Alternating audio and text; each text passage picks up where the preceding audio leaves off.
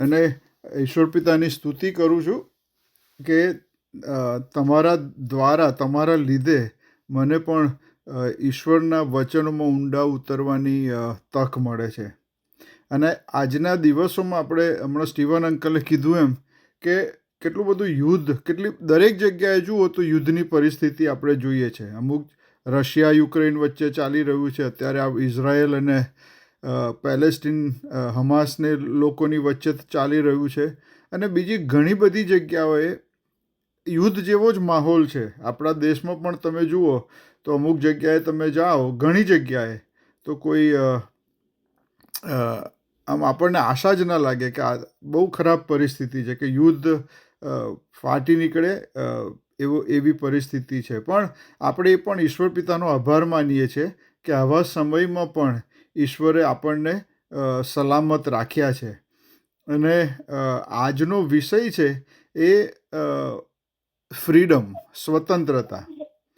કે આપણે ખરેખર જ્યારે આપણી સ્વતંત્રતા છીનવાઈ જાય, આપણી પાસે સ્વતંત્રતા ના હોય, ત્યારે જ આપણને ખરેખર એની કદર થતી હોય છે કે સ્વતંત્રતા, ફ્રીડમ આપણા માટે કેટલી અગત્યની છે. તો આજનો સંદેશાનો ટાઇટલ છે ફ્રીડમ, કે ફ્રીડમ એટલે શું. અને હું ગૂગલમાં શોધતો હતો કે એનો મતલબ, એટલે અલગ અલગ ડિક્શનરીઓમાં કે શું કહે છે. તો જ્યારે મેં વાંચ્યા બધા એના અર્થ જે લખવામાં આવી ફ્રીડમ વિશે, તો જ્યારે હું વાંચતો તો બધા એના એક્સપ્લેનેશન, એના અર્થ, તો હું વધારે કન્ફ્યુઝ થઈ ગયો કે આ ખરેખર આને સ્વતંત્રતા કહેવાય. એટલે તમે જો બધું વધારે પડતું તમે સમજવા જાઓ તો પછી તમે વધારે કન્ફ્યુઝ થઈ જાઓ છો. પણ જો ગુજરાતીમાં સ્વતંત્રતાને આપણે જો શબ્દો વાપરવા હોય આ ફ્રીડમ માટે, તો સ્વતંત્રતા કે આઝાદી કે મુક્તિ કે છુટકારો કે મોકળાશ કે બંધન વિના પરવાનો, અને બીજા ઘણા ઘણા બધા શબ્દો મેં જોયા આ ફ્રીડમના એમાં. એટલે ફ્રીડમ એટલે આપણે સ્વતંત્રતા કહીએ કે આઝાદી કહીએ, કે આપણે જે કરવું એ આપણે કોઈની રોકટોક વગર કરી શકીએ. અને વેબસ્ટર્સ ડિક્શનરી છે, એમાં બી ઘણા બધા અર્થ આપ્યા છે, પણ એમાંનો એક અર્થ એવો છે કે તમે રોકટોક વગર, કોઈ નિયંત્રણ વગર તમે કશું પણ કરી શકો, એને ફ્રીડમ કહેવાય. પણ ફ્રીડમનો મતલબ એવો નથી કે મને જે ફાવે, મને જે ગમે, મને ગમે ત્યારે ગમે ત્યાં કોઈ પણ રોકટોક વગર મને ગમે હું કરી શકું. એનો અર્થ એવો પણ નથી. કેમ? બીજા શબ્દોમાં, કે હું તમારા ઘરે આવી ના શકું મને મન ફાવે ત્યારે, કે ગમે ત્યારે, કે તમને હું આવીને હેરાન ના કરી શકું, કે જો મારે જે કરવું હોય એ કરી શકાય. એટલે બીજા શબ્દોમાં કહીએ તો સ્વતંત્રતાનો અર્થ એવો નથી કે મને જ ફાવે એ કરવાય, પણ એની પણ ફરજો હોય છે, અને એમાં પણ નિયંત્રણ હોય છે. અને જો નિયંત્રણ ના હોય, રિસ્ટ્રિક્શન્સ ના હોય, તો પછી એ ખરેખર આઝાદી નથી હોતી. અને આજે હું તમારી સાથે આપણું બાઇબલ આપણને સ્વતંત્રતા વિશે શું શીખવે છે, ઈશ્વરની નજરમાં ખરેખરી આઝાદી, ખરેખરી મુક્તિ, છુટકારો ખરેખર એ કોને કહેવાય, એ આજે હું બાઇબલમાંથી મારી સમજ પ્રમાણે હું તમારું ધ્યાન દોરવા માગું છું. આપણે પ્રાર્થના કરીએ. એ અમારા સર્વશક્તિમાન ઈશ્વર પિતા, તમારો ફરીથી ખૂબ આભાર માનીએ છીએ તમારા વચનોને માટે. અને ઈશ્વર પિતા, આજનો વિષય અઘરો છે પણ બહુ જરૂરી છે. તો ઈશ્વર પિતા, મને મારા મુખમાંથી તમારા જે શબ્દો નીકળે એ પ્રાર્થના કરું છું, કે તમે જે કહેવા માગો છો એ જ વસ્તુ મારા મુખમાંથી નીકળે, અને અમને દરેકને તમારા વચનો સમજવા અને સ્વીકારવાને માટે કૃપા આપો. આમેન. તો સૌથી પહેલાં આપણે આ ફ્રીડમ કંઈ જોઈએ છે, કે એદનવાડીમાં.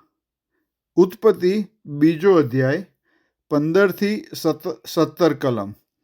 અને એદનવાડી ખેડવાને તથા તેનું રક્ષણ કરવાને યહોવા ઈશ્વરે તે માણસને તેમાં રાખ્યો. અને યહોવા ઈશ્વરે તે માણસને એવો હુકમ કર્યો કે વાડીના હરેક વૃક્ષ પરનું ફળ તું ખાયા કર, પણ ભલું ભૂંડું જાણવાના વૃક્ષનું ફળ તારે ખાવું નહીં, કેમ કે જે દિવસે તું ખાશે તે જ દિવસે તું મરશે જ મરશે. એટલે ઈશ્વરે જ્યારે માણસની ઉત્પત્તિ કરી ત્યારે જ ઈશ્વરે પૂરી આઝાદી આપી, પૂરી છુટ્ટી આપી, ફ્રીડમ. પણ જ્યારે ઈશ્વરે એ છુટ્ટી આપી, ફ્રીડમ આપી, ત્યારે ઈશ્વરે આદમને હદ પણ આપી. ઈશ્વરે કીધું કે જે ફાવે તું કરી શકે, પણ આ નહીં કરવાનું. ઈશ્વર અહીંયા આદમને હદ આપે છે. અને આઝાદી કેવી હોય છે? આઝાદી એમાં હદ હોવી જરૂરી છે. અહીંયા ઈશ્વર કહે છે કે આ વાડીનું દરેક ફળ, દરેક ઝાડ, દરેક વૃક્ષનું ફળ, દરેક ઝાડનું ફળ તને ખાવું એટલું તું ખાઈ શકે છે, પૂરી છૂટ છે. પણ અહીંયા નિયમ મૂકવામાં આવે છે. અને નિયમ કોણ મૂકે છે? એક બહુ જરૂરી છે. નિયમ ઈશ્વર પોતે મૂકે છે. આજના જમાનામાં કહીએ કે આજના દિવસોમાં જો આપણે કહીએ તો એટલે આજના સંદર્ભમાં કહીએ તો અત્યારે એદનવાડીમાં ખાલી ઈશ્વર જ છે અને આદમ અને હવા છે. એટલે કોઈ સરકાર નથી ત્યાં. તો કોઈ લાઈક આજે આપણે કહીએ કે આપણે અમેરિકામાં આવીએ તો અમેરિકામાંના નિયમો ઘડવાને માટે અમેરિકામાં સરકાર હોય છે. અને દરેક દેશમાં, દરેક પ્રદેશમાં પોતાની સરકાર હોય છે કે જે નિયમો બનાવે અને નિયમો પાડે. અહીંયા સૌથી પહેલી આપણે સરકાર કહો આજના સંદર્ભમાં તો ઈશ્વર પોતે, પ્રભુ પોતે જ નિયમ આપનાર છે, પોતે જ સરકાર છે. અને એ આપણને ઈશ્વર નિયમ દ્વારા આપણને નમૂનો આપે છે કે આપણા નિયમો કેવા હોવા જોઈએ, નિયમ આપનાર કોણ હોવો જોઈએ. અને નિયમ આપનાર એ તો ઈશ્વર જ હોવો જોઈએ. અને અહીંયા ખાસ અગત્યની વાત કે કેટલી છૂટછાટ અહીંયા આપે છે ઈશ્વર આદમ અને હવાને. પૂરી છૂટછાટ આપે છે. એટલે ઈશ્વર નિયમ આપે છે, પણ નિયમનું હેતુ નિયંત્રણ નથી. આઝાદી પૂરી છે, પણ આ એક જ વૃક્ષ, એટલે અહીંયા જે વૃક્ષ છે એદનવાડીની મધ્યમાં, એ વૃક્ષનું ફળ તારે ખાવાનું નહીં. બીજા દરેક વૃક્ષનું ફળ તને મન ફાવે એટલું તું ખાઈ શકે છે.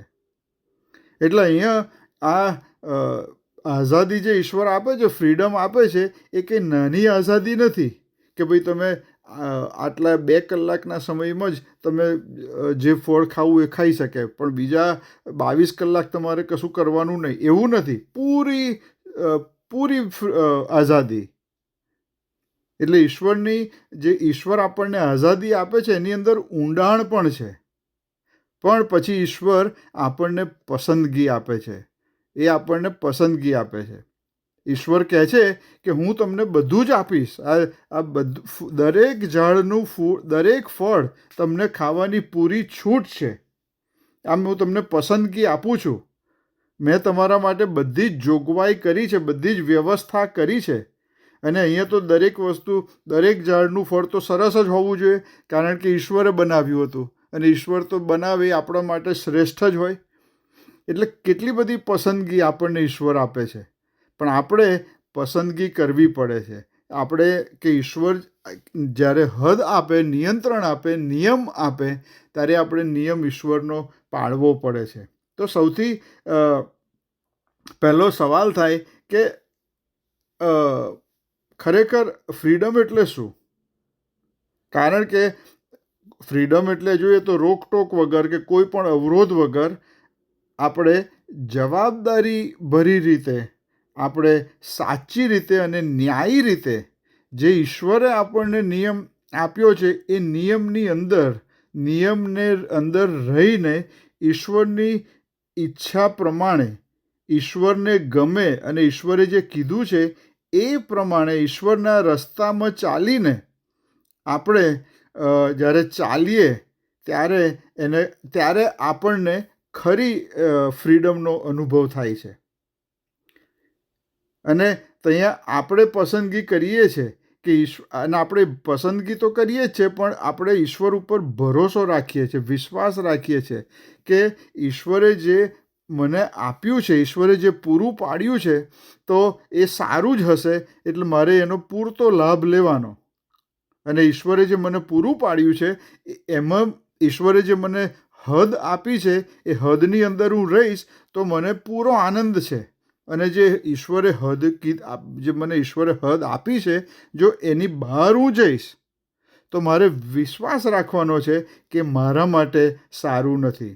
એટલે આપણને ફ્રીડમ નો ખરેખર માણવી હોય, એનો આનંદ ખરેખર આપણે લૂંટવો હોય, તો આપણે ઈશ્વરના નિયમ ઉપર, ઈશ્વર જે આપણને કહે એની ઉપર વિશ્વાસ અને ભરોસો રાખી અને એમની આજ્ઞામાં રહેવું એ બહુ અગત્યનું છે.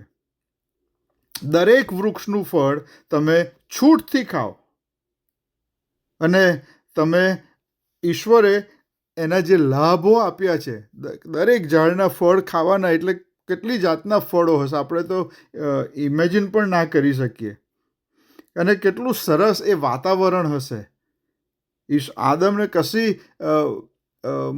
મજૂરી કરવાની નહીં, મજૂરી ઇન ધ સેન્સ કે ચિંતા કરવાની નહીં કે હું આ કામ કરીશ તો જ મને ફળ ખાવાનું મળશે, જો હું આ કામ નહીં કરું તો, એવું કશી ચિંતા નહીં આદમને. ઈશ્વરે દરેક બાબતની પરવાનગી આપી છે અને જરૂરિયાતોની જોગવાઈ પણ કરેલી છે. પણ એ જો ફ્રીડમને તમારે ખરેખર માણવી હોય તો એની સાથે ઈશ્વર આપણને જવાબદારી પણ આપે છે.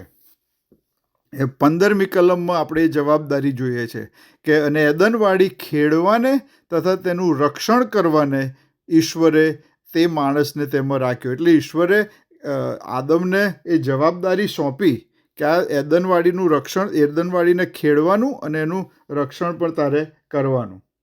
અને હું તને પૂરી આઝાદી આપું છું, પણ તારી પાસે જવાબદારી પણ છે કે તારે આ એદનવાડીને તારે ખેડવાની અને એનું રક્ષણ કરવાનું, એને ફળદાયી બનાવવાની, એની જાળવણી કરવાની. અને તું એમ કરીશ તો તું પૂરી રીતે દરેક ફળ માણી શકીશ. એટલે ઈશ્વરે જે તક આપી છે આપણને, જે આઝાદી આપી છે અને એની સાથે જે તક આપી છે, એનો જો સૌથી વધારે લાભ લેવો હોય તો પછી આપણે શું કરવાનું કે ઈશ્વરની આજ્ઞામાં રહેવાનું, ઈશ્વર ઉપર વિશ્વાસ, ઈશ્વર ઉપર ભરોસો રાખીને એની આજ્ઞામાં આપણે ચાલવાનું. એટલે ઈશ્વરની આજ્ઞામાં ચાલવું બહુ જરૂરી છે. અને આપણે ઘણી વખત શું કહીએ છીએ કે ભાઈ મને જેમાં ખુશી મળે એ હું કરું. આપણે દરેક વ્યક્તિ મોટાભાગની. અને જો આપણે ઈશ્વર આપણને જે નિયમ આપે છે, ઈશ્વર આપણને કહે છે, એ નહીં કરવાથી આપણને ઘણી વખત એવું લાગે કે ટૂંક સમયની એક ખુશી હોય તો ના, આજે આ ઈશ્વરને હું પછી માફી માગી લઈશ, પણ અત્યારે મને બહાર જવા દો. દાખલા તરીકે, અને આ તો દાખલા તરીકે કહું છું કે શનિવારનો સમય છે અને મારે ઈશ્વરની સાથે સમય ગાળવો છે, પણ બીજું એક જગ્યા એવી છે કે મારા મિત્રો મને લઈ જાય છે, આપણે ચલો ને આજે હેપી આવર છે, બહારમાં જઈશું, બધા જોબ ઉપરથી બધા નક્કી કરીએ, તો પછી હું શું પસંદ કરું? ચલો ને આજે તો મિત્રો સાથે જવા દો ને. હવે ઈશ્વરથી હું દૂર જાઉં છું. જો હું ઘરે આવીને ઈશ્વરની સાથે સમય ગાળું છું, પ્રેઝ અને વર્શિપમાં સમય ગાળું છું, તો એ કેટલો આશીર્વાદિત સમય. પણ જો હું આજે નહીં, આજે મને ખુશી હું મારા મિત્રો સાથે જઈશ એમાં મળશે, અને પછી જો કદાચ વધારે પડતું પીવાઈ જાય અને પછી વધારે પડતું કશું બોલાચાલી થાય, ઝઘડા થતા હોય છે, એટલે તમને ખ્યાલ આવી ગયો કે હું શું કહેવા માગું છું. કે ઈશ્વરે આપણને પસંદગી કરવાની જરૂર તક આપી છે, પણ આપણી જવાબદારી છે કે આપણે એ જે સ્વતંત્રતા ઈશ્વર આપણને આપે છે, તો એનો મારે મેક્સિમમ લાભ લેવો હોય તો મારે ઈશ્વરને મારા જીવનમાં પ્રથમ મૂકવાના. અને ઈશ્વર તો ન્યાયી છે, આપણે જાણીએ છીએ. ઈશ્વર પવિત્ર છે એ પણ આપણે જાણીએ છીએ. અને પણ આપણે એ પણ જાણીએ છીએ કે ઈશ્વર આપણી કાળજી રાખે છે. એટલે ઈશ્વર આપણાથી જે હેન્ડલ ના થાય એનાથી વધારે આપણને ઈશ્વર એવા પરીક્ષણોમાં મૂકતા નથી કદી. ઈશ્વર આપણી ઉપર અમુક પ્રોબ્લેમ આવવા દે છે, પણ આપણાથી એને હેન્ડલ થઈ શકે એટલી આપણી હદમાં જ ઈશ્વર આવવા દે છે. એમની પરવાનગી એટલી જ હોય છે. આપણે પોતાની જાતને ઈશ્વરથી દૂર રાખીને આપણે વધારે પ્રોબ્લેમમાં આપણી જાતને મૂકતા હોઈએ છીએ. અહીંયા ઈશ્વર આદમને કહે છે કે એકચ્યુઅલી આપણે ચર્ચની અંદર ગણો, આપણા કુટુંબની અંદર ગણો, આપણે નિયમો નક્કી કરીએ છીએ. અને જ્યારે આપણે પોતાના નિયમો જ્યારે નક્કી કરીએ, જ્યારે આપણી પાસે જવાબદારી હોય, ત્યારે આપણે એવા નિયમો નક્કી કરવા જોઈએ કે જે ઈશ્વરના વચન પ્રમાણે હોય. અહીંયા આદમને કહે છે કે ઈશ્વર આદમને કહે છે કે જો તું જવાબદારી ભરી રીતે અહીંયા વર્તીશ તો મેં તને જે આપ્યું છે દરેક વૃક્ષ, તો તું એ આઝાદીને તું માણી શકીશ. અને દરેક ફળ તું ખાઈશ, અને તું ખાઈશ તો આઈ એમ શ્યોર કે તને લાભ થશે અને મજા આવશે. કારણ કે દરેક વસ્તુ, દરેક ઝાડ, દરેક ફળ, દરેક વસ્તુ આ એદનવાડીમાં છે એ મેં જ તને અહીંયા મૂક્યો છે. એટલે તારી જવાબદારી એનું રક્ષણ કરવાની અને ખેડવાની. પણ આઈ એમ શ્યોર કે આદમને એ જે પણ જવાબદારી સોંપી ઈશ્વરે ખેડવાની કે એવી રીતે કામ નહીં સોંપ્યું હોય કે આદમ એને મજૂરી કરવી પડે ને એને ખોટી આનંદથી બધું કરી શકે, બીજા શબ્દોમાં. અને જો સ્વતંત્રતાનો, ફ્રીડમનો જો આપણે પૂરો ઉપયોગ કરવો હોય અને એને આપણે ખરેખર માણવી હોય, એનો ખરેખર આપણે લાભ લેવો હોય, તો આપણે એ પણ યાદ રાખીએ કે આપણે બીજા માટે પણ લાભરૂપ બનવું જોઈએ.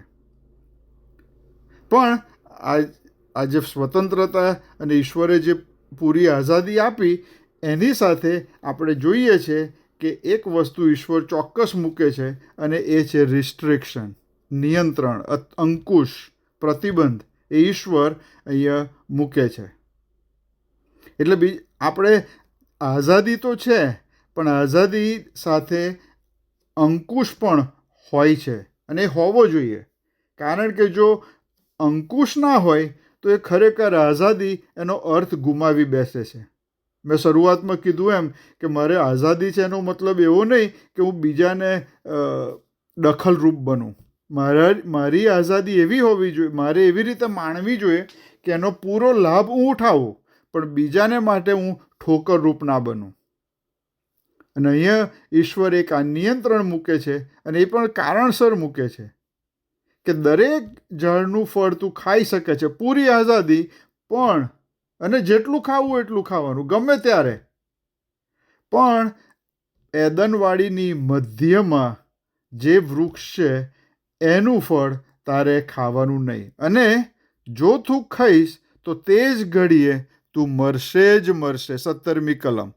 પણ ભલું ભૂંડું જાણવાના વૃક્ષનું ફળ તારે ખાવું નહીં, કેમ કે જે દિવસે તું ખાશે તે જ દિવસે તું મરશે જ મરશે. એટલે ઈશ્વર અહીંયા આઝાદીની સાથે અંકુશ પણ મૂકે છે કે હું તને પૂરી આઝાદી આપું છું, પણ આ હદ તારા માટે છે. અને એ પણ આમાંથી આપણે એ પણ ધ્યાન રાખીએ, આપણને એ શીખવાનું મળે છે કે જો આઝાદીનો આપણે પૂરો લાભ લેવો હોય તો એના માટે અંકુશ જરૂરી છે. એ હદનું કામ આપણી સ્વતંત્રતા ઉપર કાપ મૂકવાનું નહીં, પણ એ હદના કારણે આપણી સ્વતંત્રતાને આપણે પૂરી રીતે માણી શકીએ, એ ઈશ્વરનો હેતુ આ અંકુશ રાખવાનો હોય છે. એટલે આપણે જ્યારે ફ્રીડમ આપણને લાગે કે હાસ હવે આઈ એમ ફ્રી, મને જે ધારવું એ હું કરી શકું છું, તો એને જ્યારે ખરેખર માણવી હોય તો પછી આપણે એનો જે હદ મૂકવામાં આવી છે, જે અંકુશ મૂકવામાં આવ્યો છે, એનો હેતુ શું છે એ પણ આપણે સમજવો જરૂરી છે. આજે આપણે જોઈએ છે કે આપણી આજુબાજુ અને ઘણા લોકો એવા છે કે આપણે ઈશ્વરની સામે આપણે બંડ પોકારીએ છીએ. કેમ? કારણ કે આપણે એવો ફરિયાદો કરીએ છીએ કે ઈશ્વર જ આપણને રોકી રહ્યા છે. પણ જ્યારે આપણે ઈશ્વરની વિરુદ્ધ જઈએ છીએ ત્યારે આપણે પછી આજુબાજુ જોઈએ છે કેઓસ, કેટલું બધું કન્ફ્યુઝન હોય છે આપણા સમાજની અંદર, દુનિયાની અંદર. આ યુદ્ધ કેમ થાય છે? કારણ કે ઈશ્વરે જે આપણને જે હદ આપી હોય એ હદ આપણે એ તોડવા માટે એ તોડવાની આપણે તોડીએ છીએ. ઈશ્વરે જે હદ નક્કી કરી હોય અને એ હદ અહીંયા ઈશ્વર પોતે એ હદ અહીંયા મૂકે છે, એ બાઉન્ડ્રી એદનવાડીની વચમાં જ, અને કહે છે કે આદમ, તને પૂરી આઝાદી, પણ આ એક તારે ફળ ખાવું નહીં. હવે આ ઝાડ, તો આ ઝાડનું નામ શું?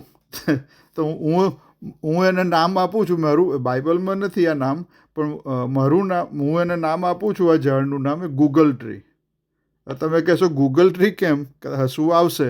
પણ કારણ કે આ તો ઇન્ફોર્મેશન સેન્ટર કહેવાય. ગૂગલમાં આપણે કશું જાણવું હોય તો આપણે ગૂગલમાં જઈએ, અને અહીંયા પણ જો આ જે વૃક્ષનું ફળ ખાવાની ના પાડી છે એ ભલું ભૂંડું જાણવાનું વૃક્ષ. એટલે આનાથી આ વૃક્ષનું ફળ ખાશો તો તમને જાણકારી થશે કે ભલું શું છે ને ભૂંડું શું છે. રાઈટ? આપણે કેટલી વખત, આપણને ઘણી બધી વખત ખબર નથી હોતી કે ઘણી બાબતો વિશે ખબર નથી હોતી, એટલે આપણે તરત ગૂગલમાં જઈએ કે કોઈને પૂછીએ અને પછી આપણે માહિતી મેળવીએ છીએ. અહીંયા જો આપણે ઈશ્વરની આજ્ઞામાં રહીએ તો આપણે જાણીએ છીએ કે જો હું ઈશ્વરની આજ્ઞામાં છું, ઈશ્વરની આજ્ઞા નહીં તોડું તો બધું ભલું જ છે, બધું શ્રેષ્ઠ જ છે, બધું સારું જ છે. પણ જ્યારે હું ઈશ્વરની આજ્ઞા તોડું, ઈશ્વરને કહેની વિરુદ્ધ જાઉં, ત્યારે મને ખબર પડે છે કે ભૂંડું શું છે. કારણ કે સૌથી પ્રથમ ભૂંડી બાબત કે મેં ઈશ્વરની આજ્ઞા તોડી. હવે આ ઝાડ કઈએ મૂકવામાં આવ્યું હતું? એદનવાડીની મધ્યમાં. હવે આજના સંદર્ભમાં હું કહું તો આપણે ઘરમાં રહીએ છીએ. આદમ અને હવા એદનવાડીમાં રહેતા હતા, એ એમનું ઘર હતું. આજે આપણા ઘરમાં હોઈએ તો આપણે એવું ધારો કે આ જે ઝાડ છે ઈશ્વરે જેની મના કરી છે એ આપણા લિવિંગ રૂમની અંદર જ રાખ્યું છે. કારણ કે મેં કીધું એમ કે એદનવાડી આદમ અને હવાનું ઘર હતું અને મધ્યમાં આ ઝાડ મૂકવામાં આવ્યું હતું. એ આપણે બાઇબલ કહે છે આપણને. એટલે આજે પણ આપણે આ સમજવાને માટે, આ કોન્ટેક્સ્ટનો સંદર્ભ સમજવાને માટે આપણે એવું ધાર્યો કે જે ઈશ્વરે જે મના કરી છે એ આપણા લિવિંગ રૂમમાં જ આપણી આગળ છે. કેમ? હું કેમ કહું છું? કારણ કે આપણે લિવિંગ રૂમમાં તો દર વખતે જતા જ હોઈએ છીએ. આપણે જો બેડરૂમમાં જવું હોય, આપણે ઘરમાં પ્રવેશીએ તો પણ લિવિંગ રૂમમાંથી જઈએ, કિચનમાં જવું હોય, બાથરૂમમાં જવું હોય તો પણ આપણે લિવિંગ રૂમમાંથી તો જઈએ જ. એટલે આપણા ઘરનું મુખ્ય જે ભાગ હોય એ લિવિંગ રૂમ કહી શકાય.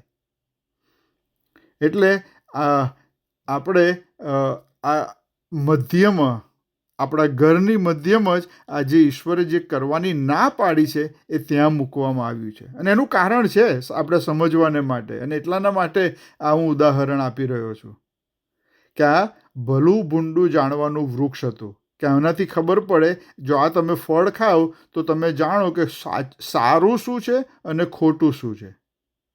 Information centre, right? Google tree. તો ઈશ્વરે આ મધ્યમાં કેમ મૂક્યું? કે અને ઓફકોર્સ બાઇબલમાં એનું કારણ આપવામાં આવ્યું નથી, અને આપવામાં આવ્યું હોય તો મને ખબર નથી, પણ આ મારી સમજ પ્રમાણે હું તમારી આગળ શેર કરવા માગું છું કે ઈશ્વર એદનવાડીની મધ્યમાં આ ઝાડ મૂકવાનું કારણ શું હોઈ શકે? કે ઈશ્વર કહે છે કે ઈશ્વર આદમ અને હવાને યાદ કરાવે છે કે આદમ, હું નિયમ આપનારો હું છું. હું તમને કહું છું કે તમારે કેવી રીતે રહેવું, તમારે શું કરવું અને તમારે શું ના કરવું. આ આપણે મધ્યમાં મૂકે છે ઈશ્વર નિયંત્રણ, એ દ્વારા ઈશ્વર કહે છે કે હું તમને પૂરી આઝાદી આપવા માગું છું. એકચ્યુઅલી મેં તમને પૂરી આઝાદી આપી છે. હું તમને બહુ બધા નિયમો નથી આપતો, પણ હું તમને એક જ નિયમ આપું છું, અને આ નિયમ પ્રમાણે તમે ચાલો, અને આ નિયમ મેં આપ્યો છે એટલે આ નિયમ તમે પાળો. તમે આ નિયમ કેમ આપ્યો છે એના વિશે તમે પોતાની બુદ્ધિ પ્રમાણે તમે તર્ક વિતર્ક ના કરો. તમે એકબીજાની સાથે, મારી સાથે કોઈ દલીલ ના કરો, પણ હું તમને જે નિયમ બતાવું છું એ નિયમ પ્રમાણે તમે ચાલો. અને આના કારણે ઈશ્વરે મારી સમજ પ્રમાણે મધ્યમાં જ ઝાડ મૂક્યું કે એની આપણને હંમેશા યાદ રહે કે આ ઈશ્વરે ના કીધું છે એ મારે નથી કરવાનું. ઈશ્વરે જે કીધું છે એ કરવાનું, અને ઈશ્વરે જે ના પાડી છે આ મારી હદ છે, આ મારું, આ બાબત અંકુશ, ઈશ્વરનો અંકુશ છે મારી ઉપર કે આ ઝાડનું ફળ નહીં ખાવું, આ નહીં કરવું. એટલે ઈશ્વર આ એકદમ મધ્યમ જ મૂકે છે કે મને ખ્યાલ રહે કે મારે શું કરવું અને ના કરવું. અને જો હું ઈશ્વરની આજ્ઞામાં રહીશ તો મારી પાસે પૂરી આઝાદી છે.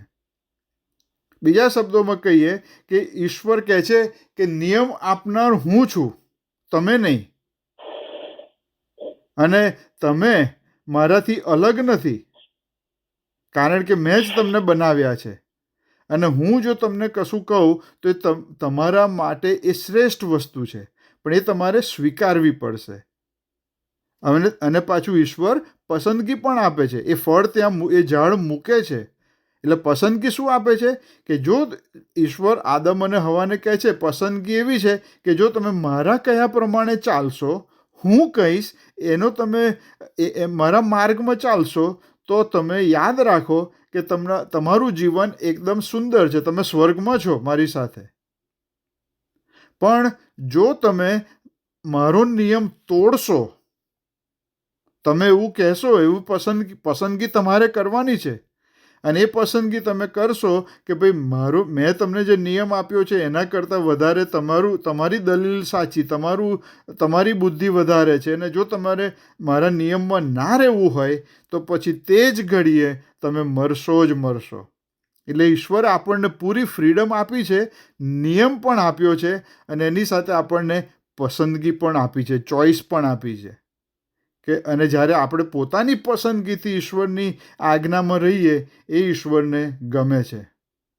જ્યારે ઈશ્વર નિયમ આપે છે આપણને, ત્યારે ઈશ્વર નિયંત્રણ જે આપણી ઉપર મૂકે છે એ બહુ થોડાક હોય છે, બહુ લિમિટેડ હોય છે. તમને બીજી બાબત કહું, બીજું ઉદાહરણ આપું કે ઈશ્વરે પ્રથમ પ્રજા, પોતાની પ્રજા એ કઈ બનાવી તો ઇઝરાયેલી પ્રજા, પોતાની પ્રજા.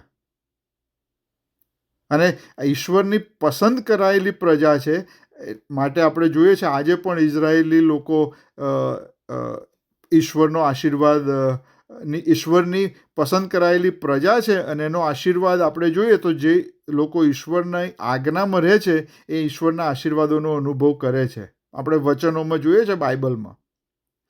અને ઈશ્વર કહે છે કે જે મારા લોકોને આશીર્વાદિત રાખશે એને હું આશીર્વાદ આપીશ, પણ જે મારા લોકોને શ્રાપ આપશે તો એમને પણ હું શ્રાપ આપીશ.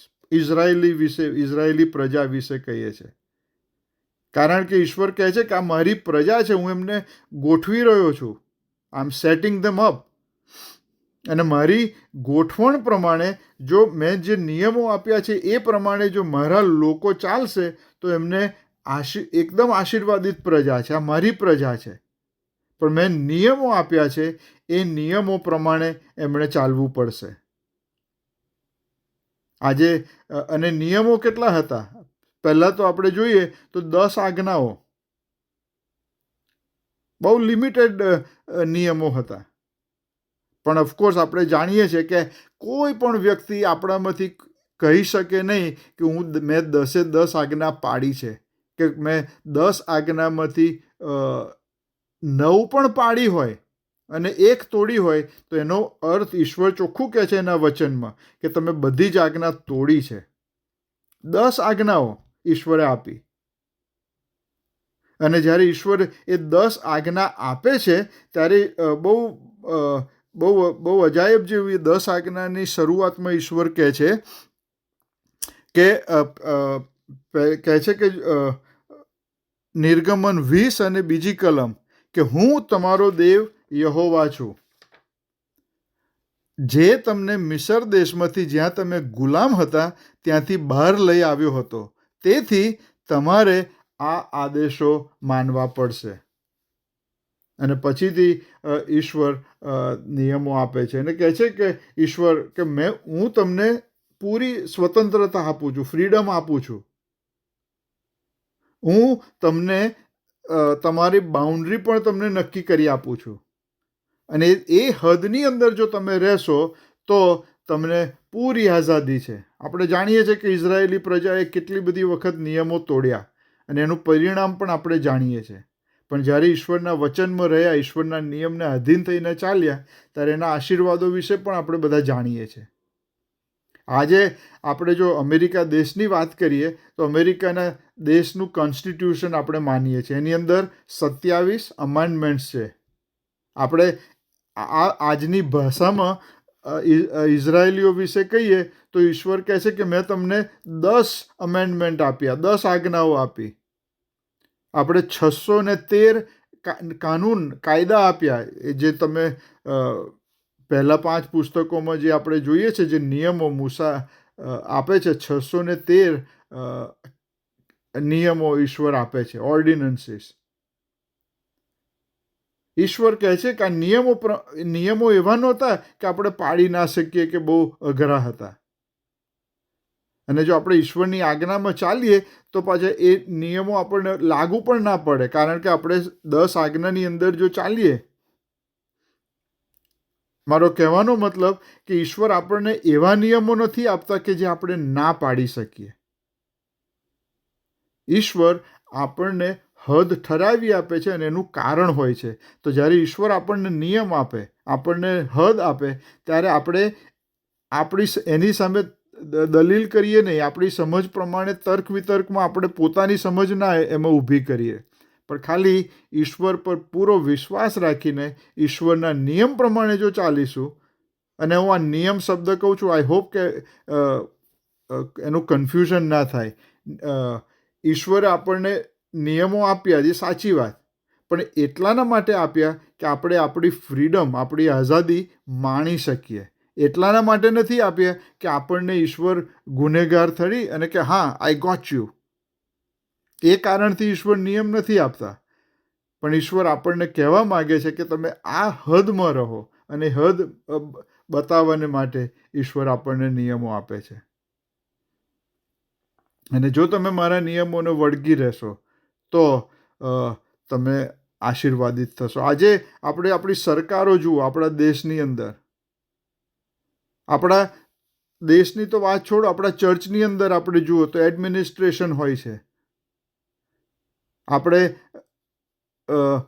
આપણે પોતે ઘણી વખત એ એડમિનિસ્ટ્રેશનના ભાગ હોઈએ છીએ, અને આપણા હાથમાં હોય છે, આપણા હાથમાં જવાબદારી હોય છે કે આપણે એવા નિયમો પ્રમાણે ચાલીએ, આપણે એવા નિયમો બનાવીએ જે આપણા હાથમાં હોય. આપણા ચર્ચના સંદર્ભમાં કહો કે પછી આપણે કોઈ પણ જેમાં પણ આપણે ભાગ લેતા હોય એના સંદર્ભમાં કહો, તો આપણે ઈશ્વરના વચનોની પ્રમાણે નિયમ બનાવવા જોઈએ. આપણા ઈશ્વરના વચનો પ્રમાણે નિયમ જે છે એમાં રહેવું જોઈએ.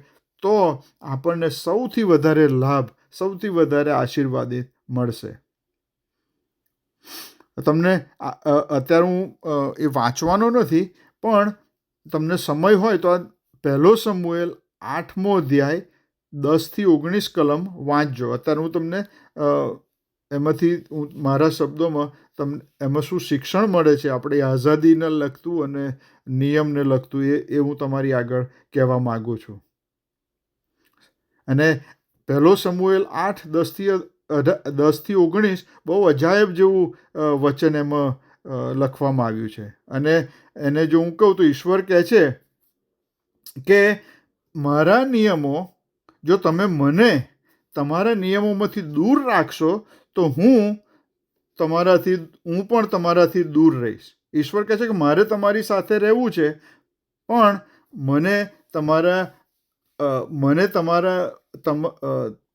તમે મને તમારા જીવનમાં તમારી મધ્યે રાખો.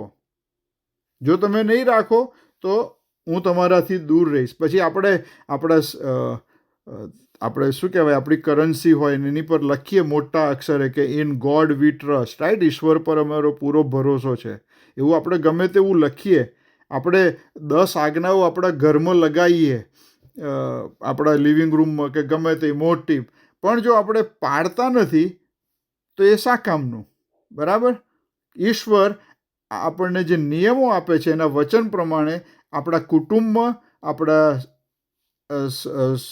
ચર્ચની અંદર, મંડળીમાં, સમાજમાં આપણે ઈશ્વરના વચન પ્રમાણે આપણે ચાલવું જોઈએ.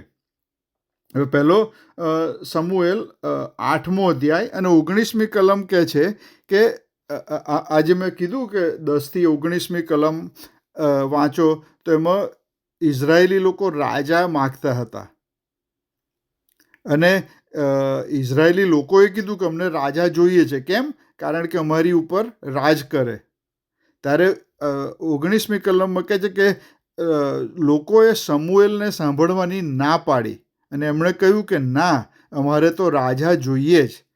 બીજા શબ્દોમાં સમુએલ કહેતો હતો ઈશ્વરનું વચન. સમુએલ તો પ્રબોધક હતો, એટલે ઈશ્વર જે વચન આપે એ સમુએલ લોકોને કહેતો હતો. કે લોકો ત્યારે ન્યાયાધીશો હતા એ સમયમાં, અને ત્યારે કોઈ રાજા નહોતો ઇઝરાયેલી પ્રજામાં એમની ઉપર રાજ કરવાને માટે. પણ લોકોને રાજા જોઈતો હતો. અને કેમ જોઈતો હતો? ઈશ્વરે તો કીધું કે તમે પોતે સ્વનિયંત્રણમાં રહો, ડિસિપ્લિનમાં રહો, સેલ્ફ ગવર્મેન્ટ, સેલ્ફ ડિસિપ્લિન. પણ લોકો કે ઇઝરાયેલી લોકોએ આજુબાજુ જોયું કે ત્યાં રાજાઓ હતા, અને એ લોકોને જોઈને આ લોકો રાજાની માંગણી કરે છે. અને ઈશ્વર કહે છે કે ના, તમે રાજા માગો નહીં. હું તમને નિયમ આપીશ, મારા નિયમને તમે આધીન રહો. પણ લોકોએ સમુએલની સાથે માંગણી કર્યા જ કરી કે ના, અમને તો રાજા જોઈએ જ. અને પછી ઈશ્વર શું કહે છે આગળથી કે જો તમે તમારા 18મી કલમમાં કે તે દિવસે જો તમારે પસંદ કરેલા રાજાને કારણે એમની વિરુદ્ધ પોકાર કરશો તો તે વખતે યહોવા તમારું સાંભળશે નહીં. લોકો કેટલા શાંતિથી સરસ રીતે રહેતા હતા. ઇઝરાયેલી પ્રજાની વાત કરું છું. પણ ઈશ્વરની આજ્ઞામાં ચાલવાને બદલે જ્યારે એમણે આજુબાજુ જોયું ત્યારે કહે છે ના, અમને તો કોઈ એવો વ્યક્તિ અમારી આજુબાજુ જે અમે જોઈએ છે કે આ તો અહીંયા રાજા છે, અને પછી રાજા લોકોની ઉપર રાજ કરે છે, એટલે અમને પણ રાજા જ જોઈએ. અને પછી ઈશ્વર કહે છે કે ઓકે, સમુએલ દ્વારા કે તમે માગો છો તો તમને હું આપીશ. પણ જ્યારે રાજાની પસંદગી કરવાની આવે છે અને આપણે પણ જ્યારે ઇલેક્શન આવે ત્યારે આપણે પણ પ્રેસિડેન્ટની અહીંયા પસંદગી કરીએ કે ઇન્ડિયામાં હોય તો પ્રાઇમ મિનિસ્ટરની, ત્યારે આપણે પણ એ વસ્તુ ધ્યાનમાં રાખવી જોઈએ કે મારે કોની પસંદગી કરવાની. ઓફકોર્સ જે અવેલેબલ હોય, જે ઊભા રહ્યા હોય, એ જે પસંદગી આપણી આગળ હોય એમાંથી કે જેનું ચારિત્ર્ય સારું હોય, ઈશ્વરી ડાપણ હોય, ઈશ્વરી શાણપણ હોય, અને ઈશ્વરની પ્રભુની સાથેના અંગત સંબંધમાં એ વ્યક્તિ હોય. એટલે આપણે ખાલી ખ્રિસ્તી વ્યક્તિ તરીકે આપણે ખાલી ચર્ચ પૂરતું મર્યાદિત નથી આપણું જીવન. આપણે પ્રભુ ઈસુ ખ્રિસ્તના વિશ્વાસમાં જીવીએ છીએ એ આપણે આપણી આજુબાજુ પણ આપણે એ જ ઈશ્વરની બીકમાં, એ જ ઈશ્વરની દોરવણીમાં આપણે ચાલવાની જરૂર છે. જો બધા આપણે આગેવાનો આપણા હોય દરેક જગ્યાએ, ચર્ચની વાત કરો કે જ્યાં પણ એડમિનિસ્ટ્રેશન હોય, સરકાર હોય, જો બધા જ આગેવાનો ઈશ્વરના પસંદ પડે એવું જીવન જીવતા હોય, એમનું ચારિત્ર્ય ઈશ્વરને પસંદ પડે એવું હોય. દરેક વ્યક્તિ જો ઈશ્વરી ડાપણમાં હોય, શાણપણમાં હોય, દરેક વ્યક્તિ નવો જન્મ પામેલા સંબંધમાં હોય ઈશ્વર સાથેના, તો કેટલું અજાયબ જેવું વાતાવરણ આપણે એનો ઇમેજિન કરી શકીએ. ઓફકોર્સ એવું નથી, કારણ કે લોકો ઈશ્વરથી દૂર જતા રહે છે. ઘણા લોકો તો પોતાને જ ઈશ્વર માનતા હોય છે. ઈશ્વર કહે છે કે જો તમે મને 18મી કલમે વાંચ્યું એમ કે જો તમે મારી આગળ એ રાજાની વિરુદ્ધ પોકાર કરશો તો હું તમારું સાંભળીશ નહીં. હું તો તમને કહું છું કે તમે રાજા ના માગો, પણ કારણ કે હું તમને નિયમો આપું છું, મેં તમને ન્યાયાધીશો આપ્યા છે, અને મારા વચનો પ્રમાણે જો તમે ચાલશો તો તમને રાજાની જરૂર નથી. પણ હું આ ઇઝરાયેલી પ્રજાઓએ પોતાની ડાપણમાં ઈશ્વરની સામે કીધું કે ના, અમને તો જોઈએ. અને પછી આપણે જાણીએ છીએ કે બધા જ રાજાઓ, દરેક પહેલા 3 રાજા પછીથી તો ખાસ, કે કેટલા બધા રાજાઓએ કેટલા બધા લોચા માર્યા. કારણ કે અને એકચ્યુઅલી સુલેમાન પછી જ્યારે બે ભાગ પડે છે રાજ્યના, ઇઝરાયેલી રાજ્યના, એક ઇઝરાયેલ અને એક યહૂદાનું રાજ્ય. તો ઇઝરાયેલી રાજાઓમાંથી તો દરેક રાજા એ ઈશ્વરથી દૂર હતો. અને આઈ થિંક યહૂદાના રાજામાં અત્યારે મને ગણતરી યાદ નથી, પણ 4 કે 5 રાજાઓ જ સારા હતા. અને એમાંથી બી અમુક શરૂઆતમાં સારા હતા, અમુક પાછળથી સારા થયા. પણ ઈશ્વરના નિયમોમાં જો પહેલેથી જ ચાલ્યા હોત તો જે ઘણી બધી મુશ્કેલીઓનો એમણે સામનો કરવો પડ્યો, એમણે કદાચ કરવો ના પડ્યો હોત. આપણે જાણતા નથી શું થયું હોત, પણ આપણે જરૂર જાણીએ છીએ કે શું થયું અને કેમ થયું. એટલે ઈશ્વર આપણને જ્યારે નિયંત્રણ આપે છે, ઈશ્વર રૂલ્સ આપે છે, હદ આપે છે, એ કારણસર હોય છે. અને એનું કારણ એ હોય છે કે આપણને સૌથી વધારે આઝાદી મળે. અહીંયા એદનવાડીમાં પૂરી આઝાદી માણવાને માટે આદમને કહે છે કે આ વાડીની મધ્યમાં જે ઝાડ છે, ગૂગલ ટ્રી, તો એમાં એ ફળ તારે અડકવાનું નહીં, એમાંથી તારે કશું કરવાનું નહીં. કારણ કે, અને એનું કારણ છે કે ઈશ્વર કહેવા માગે છે કે સત્ય હું કહું એ તારે માનવાનું, એ સત્ય. પોતાની જાતને તારે સમજવાની કોશિશ કરવાની નહીં. આપણને બીજા ઘણા સવાલ થાય કે ઝાડ ઈશ્વરે કેમ મૂક્યું. હવે કેમ મૂક્યું એ બધું ઈશ્વર, એનો જવાબ ઈશ્વર જ આપી શકશે. મારી પાસે એનો જવાબ નથી. પણ જે આપણે વચનો પ્રમાણે જે છે એ હું આ તમારી સાથે શેર કરી રહ્યો છું કે ઈશ્વરે જે કીધું, ઈશ્વરની જે આજ્ઞા છે, ઈશ્વરની સાથે દલીલ કર્યા વગર આપણે પૂરી રીતે માનવી. અને જે સત્ય બાબત જે છે એ ઈશ્વર આપણને કે એ સત્ય, એ આપણે કોઈ પણ આર્ગ્યુમેન્ટ વગર, કોઈ પણ દલીલ વગર માનવાનું અને પાળવાનું. જે આપણને ઈશ્વરની નજરથી કહેવામાં આવ્યું છે, ઈશ્વરના મુખથી કહેવામાં આવ્યું છે, ઈશ્વરે પોતાના ડાપણમાં આપણને જે કીધું છે એ જ વાત સત્ય છે. બાકી એની વિરુદ્ધમાં જો કોઈ પણ બાબત હોય તો એ સત્ય નથી. એ આપણે સ્વીકારવું પડે. એટલે બીજા શબ્દોમાં સત્ય એ નથી કે મને જે લાગે એ સત્ય, હું માનું છું, આઈ ફીલ કે આ બરાબર છે તો આ સત્ય. અને આનો જો સમજવા માટે હું એક ઉદાહરણ આપું કે તારણ, સાલ્વેશન. હું એવું માનું કે હું સારું જીવન જીવીશ, હું ખોટું કામ નહીં કરું, હું બહુ પૂરું દાન આપીશ, ઈશ્વરના નિયમો પ્રમાણે ચાલીશ, મારું દશાંશ શું, હું દશાંશ કરતાં પણ ડબલ દશાંશ આપીશ, હું ચર્ચમાં હું રવિવારે નહીં, અઠવાડિયાના 7 દિવસ જઈશ, અને હું સારું જ કામ કરીશ, કશું ખોટું કામ નહીં કરું, અને આવી રીતે હું જીવીશ. હું મારી કમિટીઓમાં બહુ ભોગ આપીશ, અને ઘણી ગરીબોને તો હું બધું મારું આપી દઈશ. આ બધું હું કરીશ, તો એનો મતલબ એવો જરાય નથી કે એટલું કરવાને કારણે હું સ્વર્ગમાં જઈશ. એટલે જે સત્ય છે, ઈશ્વરે બહુ સ્પષ્ટ કીધું છે એના વચનોમાં વારંવાર કે સૌથી પહેલાં તમારે મને તમારા પ્રભુ તરીકે સ્વીકારવો પડશે. તમારે નવો જન્મ પામવો જ પડશે. અને નવો જન્મ પામીશું તો જ સ્વર્ગમાં જઈશું, એ સત્ય છે. પણ જો હું પોતાને સમજમાં કે ના આવું તો હોતું હશે, અને એસ્પેશિયલી જો હું બીજા વિશ્વાસથી આવતો હોઉં, તો ના સારા કામનું તો ઘણું મહત્ત્વ હોય છે. અને બાઇબલ સ્પષ્ટ રીતે કહે છે કે તમારા બધા સારા કામ મારી આગળ ગંધાતા ચીથરા સમાન છે. આપણે જાણીએ છીએ.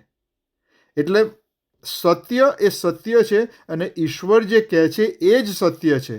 બીજું ઈશ્વર જે કહે છે એનાથી હું અલગ જો વિચારું તો એ સત્ય નથી. એ આપણે ખાસ યાદ રાખીએ. અને આજે આપણે જોઈએ છે, અને ખાસ આપણા ચર્ચોની અંદર, કે આપણે જેવી ઇમ્પેક્ટ આપણી હોવી જોઈએ, આપણે જે રીતે કામ કરી શકીએ, ઈશ્વરના વચનો આપવાનું કામ આપણી આજુબાજુના લોકોમાં, ઘણી જગ્યાએ ચર્ચનો ગ્રોથ નથી થતો. કેમ નથી થતો? કારણ કે આપણે ઈશ્વરના લોકો જ્યાં હોવું જોઈએ એમાંથી દૂર છે. ઘણા લોકો પોતાની જાતને કહે છે કે હું ઈશ્વરનો બાળક છું, પણ ભાગલા કેમ પડતા હોય છે ચર્ચિસની અંદર? કારણ કે ઈશ્વરની આજ્ઞા પ્રમાણે નહીં, પણ હું જે માનું છું મારું સત્ય એ બરાબર, અને એમાં પછી જો બીજો વ્યક્તિ કે ના આ તો એ તારું સત્ય ભલે તું જાણ, પણ તારું એ સાચું નથી, હું કહું છું એ સાચું છે. અને એના કારણે આપણે જોઈએ છે તો ભાગલાઓ પડતા હોય છે.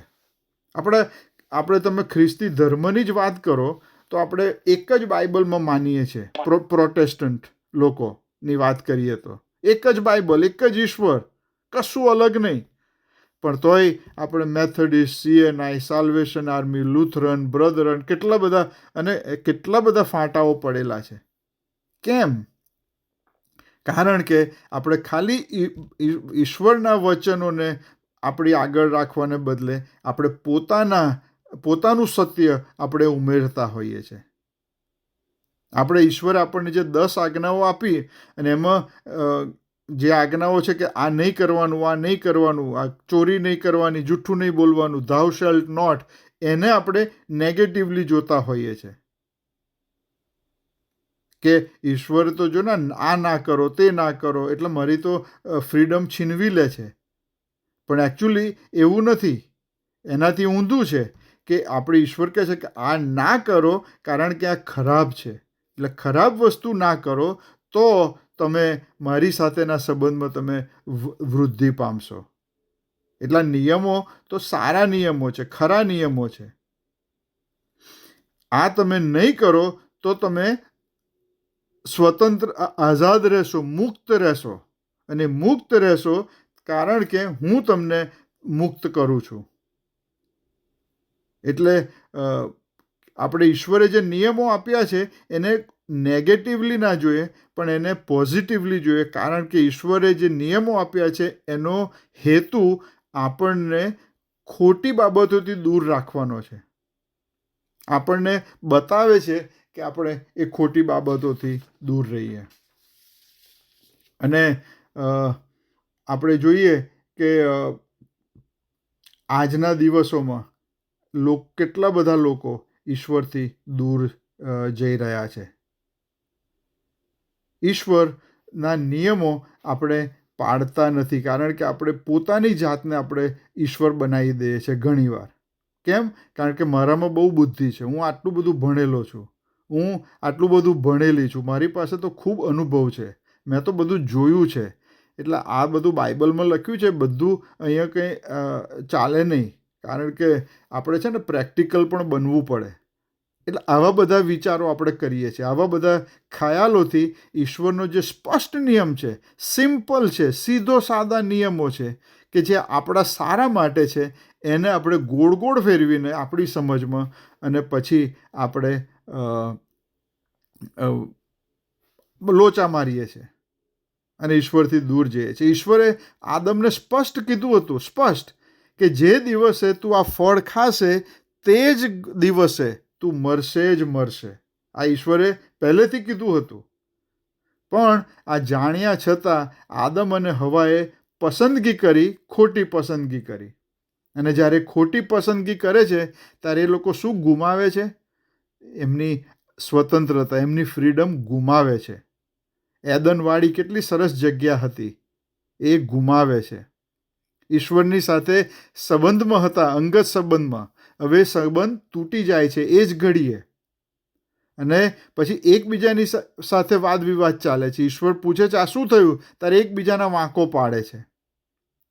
એટલે જ્યારે આપણે ઈશ્વરથી વિરુદ્ધ, ઈશ્વર આપણને નિયમ જે આપે છે તો સારા માટે આપે છે, આપણાથી પાડી શકાય એવા નિયમ હોય છે અને એકદમ આપણા ભલા માટે. અને એ આપણે જ્યારે આપણા બુદ્ધિમાં આપણે તોડીએ છીએ ત્યારે આપણે ઘણું બધું ગુમાવીએ છીએ. એ આપણે ખાસ યાદ રાખીએ. ઉત્પત્તિ 3:17 કહે છે કે યહોવા દેવે મનુષ્યને કહ્યું કે મેં તને આજ્ઞા કરી હતી કે તું આ વિશિષ્ટ વૃક્ષના ફળ ખાઈશ નહીં, પણ તે તારી પત્નીની વાત માની અને તે વૃક્ષના ફળ ખાધા, એટલે તારે લીધે આ ભૂમિ શ્રાપિત થઈ છે. જીવન પર્યંત પરિશ્રમ કરીશ ત્યારે તું તેમાંથી ખાવા માંગીશ.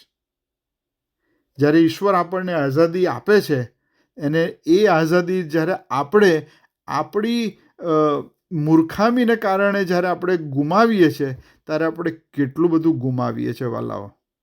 ઈશ્વર આપણને પસંદગી આપે છે, આઝાદી આપે છે, અને એને આપણે જ્યારે ગુમાવીએ છીએ ત્યારે આપણે ખરેખર આપણા માટે બહુ ગુમાવીએ છીએ.